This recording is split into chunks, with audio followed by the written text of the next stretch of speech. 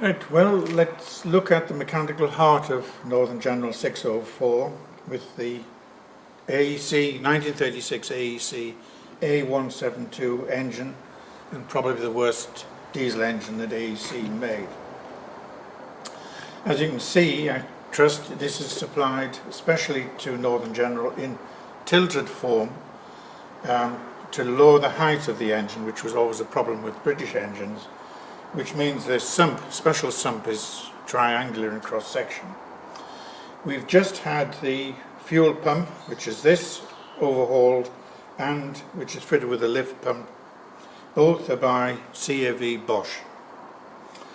It's an inline pump, the old inline pump, and parts were found for them, but this is 80 years old and has been put back with good fortune into good condition.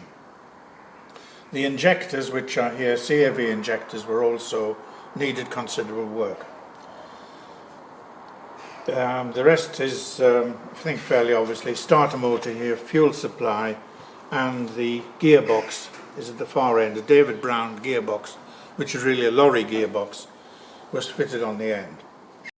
For those interested technically, this engine was built in indirect injection form and was remarkably unsuccessful.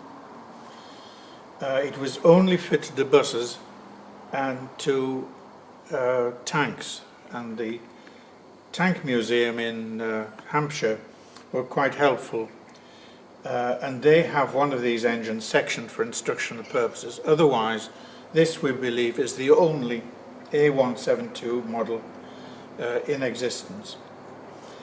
It was very unsuccessful. Northern General actually converted it to direct injection, and it was re-engineered post-war into the very well-known and successful engine, the AEC 470 and 410, used in AEC Reliances and lorries and double-deckers.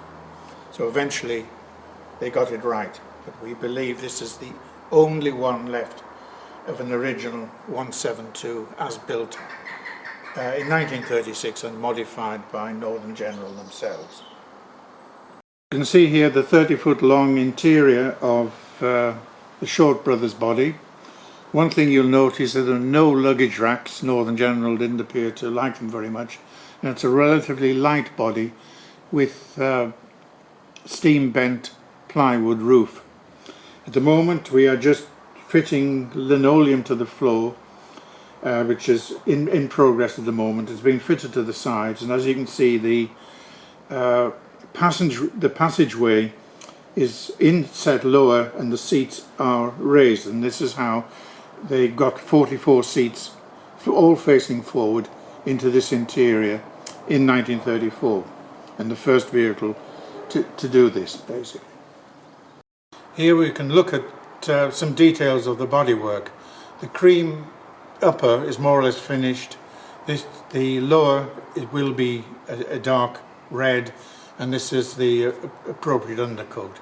You can see from this quite how time-consuming the restoration and original building would be, because they've covered all the wood panels in these, in this case, double curvature aluminium panels.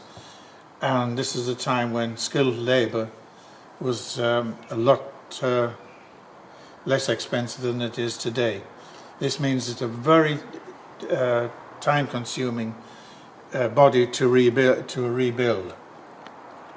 But this is all new panelling, all new beading and moulding, and it is ready for top coat, which will be fitted very soon.